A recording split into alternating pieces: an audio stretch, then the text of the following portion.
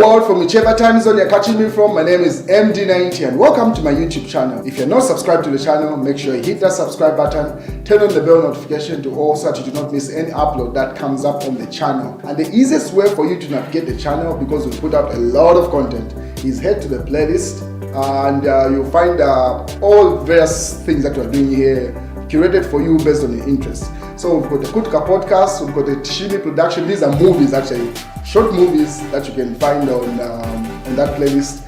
And news and trends. We do a lot. We do vlogs. We do a lot on this channel. So the easiest way for so that you don't lose yourself, you find that there's a vlog here. The next thing is main news.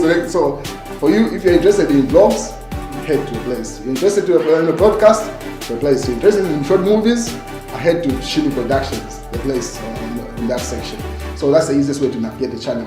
Any other details that you need to know about me in the About section. If you need to contact me, every video has all my details that you need. Just check the description section. You'll find all the contact details or the About section. Otherwise, I'm glad to have you on this channel and share the videos that you'll find your interesting conversations. So any video that you find interesting and worthwhile conversation, share it with a friend, leave a comment, interact with the platform, and we always give feedback just as you give us feedback. So all my contact details are on every video that I put out. Just check the description section. If not, the About section, you'll find everything that you need to know. I'm on Instagram, I'm on Facebook, my email address, everything is up there. Otherwise, the comment section also works.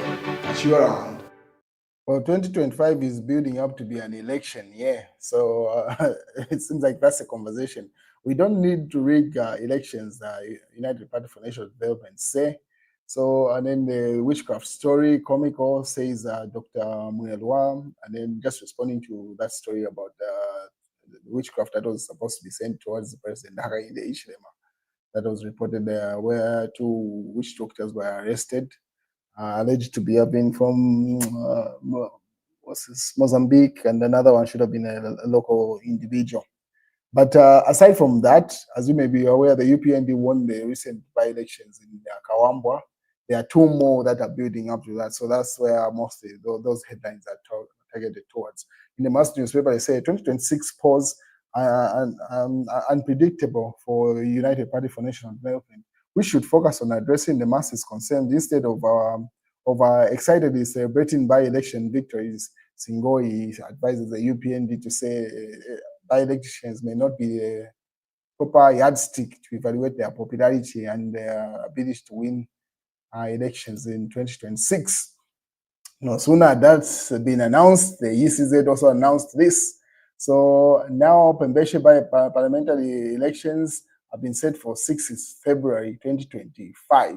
As you may be aware, that 6th February, that's the same date that the Petauke by-elections are taking place.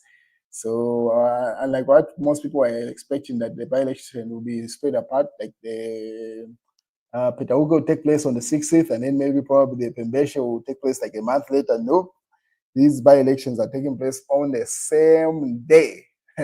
So, Phoenix FM reports to say, the Electoral Commission of Zambia, ECZ, has set Thursday, 6th February 2025 as the date on which Pambashe constituency by-elections in Kawambwa district of Luapula province will be held. The by-election has raised due to the conviction by a court of Mr. Ronald Chitotela, the Patriotic Front Member of Parliament for Pambashe constituency, and a declaration by the Speaker of the National Assembly of a vacancy of parliamentary seat in the said constituency. So JJ's seat and Ronald Chitotela's seat will be up for grabs on the same day. This is likely to be interesting to watch. And then there's been a conversation to say that the UPND were trying to field Dorothy as their candidate in Petauke, but the other one, when she published a book, should have been like 3 months ago, where she said she had no interest of getting back into politics. But politicians are the most unpredictable people. So with the right persuasion, if the UPND feel that's the best candidate, you will just see Dorothy on that ticket, on the UPND ticket, because the idea is to win the seat, not just contest. So if she's the most popular candidate, even if she doesn't want to, they will persuade her, and she'll be on that ballot. So let's just wait and see. As the Patriotic Front try to emphasize, Dorothy has stated that she is not interested in Petauke seat. it's like they're trying to comfort themselves because they know without JJ contesting there, if she was to contest, the likelihood of her winning is very high.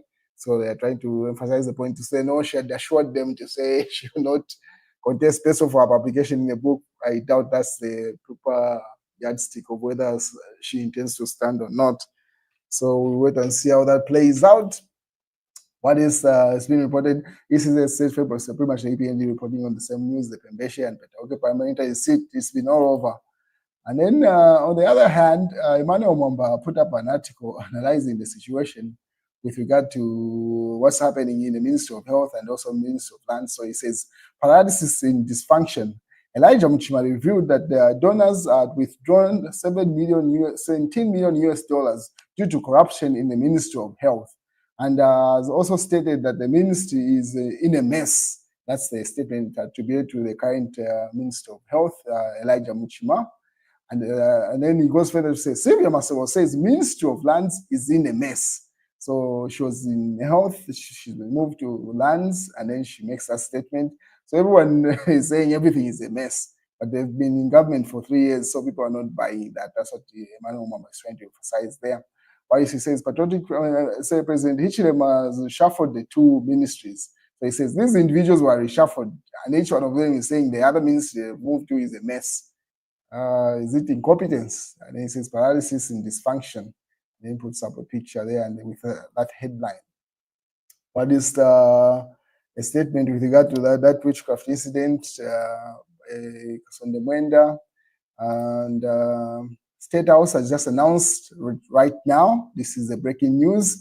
So press statement for immediate release. Government of the Republic of Zambia wishes to inform members of the public and business community that the official portrait for President of the Republic of Zambia, President Hakainde Hichilema, has been revised. So simply stating the current portrait that anyone in business has to be revised, and this will go into effect on the 1st of January 2025. All ministries have been communicated to, so there's a new picture that you're supposed to have of the president, not whatever you have of 2024 and before, according to that press release released by the Secretary to the Cabinet, Patrick Angwa, signed off right now, issued there. So as of 1st January, you cannot use the current portrait of President Hakainde Hichilema. Is the new circulation, and probably more details will be communicated through the Ministry of Information. What is the Catholic Church keeps on speaking? The other one was, there's a video on the channel, I'm pretty sure you've seen it by now, where he was addressing to say witchcraft shouldn't be a conversation at this point as a nation, let's focus on development. And then another Catholic bishop or priest has said this 2025 will be more tough for Zambians, Father Chikoya. So Council of Churches in Zambia, General Secretary Emmanuel Chikoya says the politicians should sober up because 2025 will be a tough year. In an interview, Father Chikoya said the country should prepare well with regard to food security, alternative sources of energy. As we enter 2025, we are getting closer to elections, and it will be a tough year. Obviously, 2025 will be tough, and hence there's need for all politicians to sober up. Zambians are keen in this issue. Let's not tolerate politicians who promote hate speech, who promote disunity and division, divisive language, such as imingalato, dirty tricks, and also kubafianta, squeezing their opponents, should not be part of our vocabulary. We want to see a battle of ideas and a battle of manifestos, according to that priest there. The Catholic Church is not shying away from politics. They are very active in that. So you expect statements coming from bishops, priests, and various members of the clergy in the Catholic Church. That's the news, ladies and gentlemen. Let's build up into 2025. By the way, Merry Christmas and a Happy New Year.